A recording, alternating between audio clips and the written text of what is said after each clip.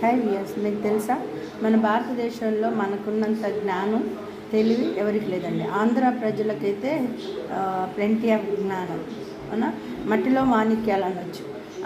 తెలంగాణ ఆంధ్ర కలిసిందనుకో మన దేశం మీదకి ఎవరు దండెత్తొచ్చినా ఏ దండెత్తొచ్చినా మన ఎవరు ఏమీ పీకలేరు అనమాట. మీకు ఇంకోటి తెలుసా, మనకి గ్యాసు అందుబాటులో లేకపోయినా, మనకి ఇంకేంటి పెట్రోల్ అందుబాటులో లేకపోయినా ఆల్రెడీ మన దేశ ఇంటెలిజెన్స్ ఏం చేశారు బిడ్డలు తెలివిగా బ్యాటరీ బైక్స్ తయారు చేసేసారు కదా, బ్యాటరీతో నడిచేది.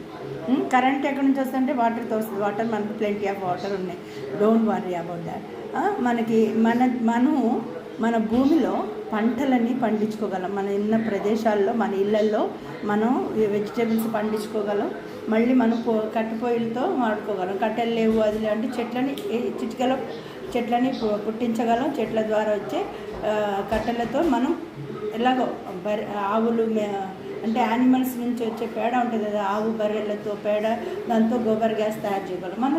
మన దేశమే అభివృద్ధిలో ఉన్న దేశం. కాకపోతే కొంతమంది సోదే వాళ్ళు తినడం, పడుకోవడం, లేగడం ఇదే ఉంటుంది కాబట్టి వాళ్ళు ఏం చేయలేకపోతారు. మనం ఒక్కొక్కరిని తలుసుకుంటే మన దేశాన్ని మనమే బాగు చేసుకోగలం. మనమే మన దేశంలో అన్ని పండించుకోగలం. మన హాయిగా తిని ఆరోగ్యంగా ఉండగలం.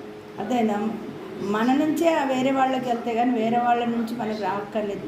గ్యాస్ లేదని బాధ అక్కర్లేదు, పెట్రోల్ లేదని బాధ అక్కర్లేదు. బ్యాటరీ బైక్లు ఉన్నాయి, బ్యాటరీ కార్లు ఉన్నాయి కదా, దాన్ని నడిపించేద్దాం. కానీ గ్యాస్ మనమే తయారు చేస్తాం. అర్థమైందా? గోబర్ గ్యాస్ తయారు చేయొచ్చు.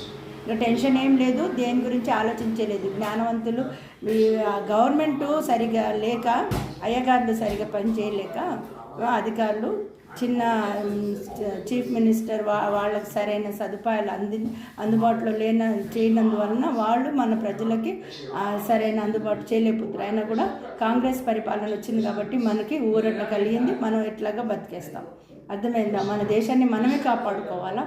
ప్రతి ఒక్కడి బాధ్యత ఇది. మన దేశంలో వనరులని అభివృద్ధి చేసేది మన ప్రతి ఒక్కరి బాధ్యత. దేని గురించి చింత అక్కర్లేదండి. హాయిగా ఉందాం, సంతోషంగా ఉందాం. ఇంకా మంచిగా మనకి మళ్ళీ తిరిగి వచ్చే పాత రోజులు తిరిగి వచ్చాయి.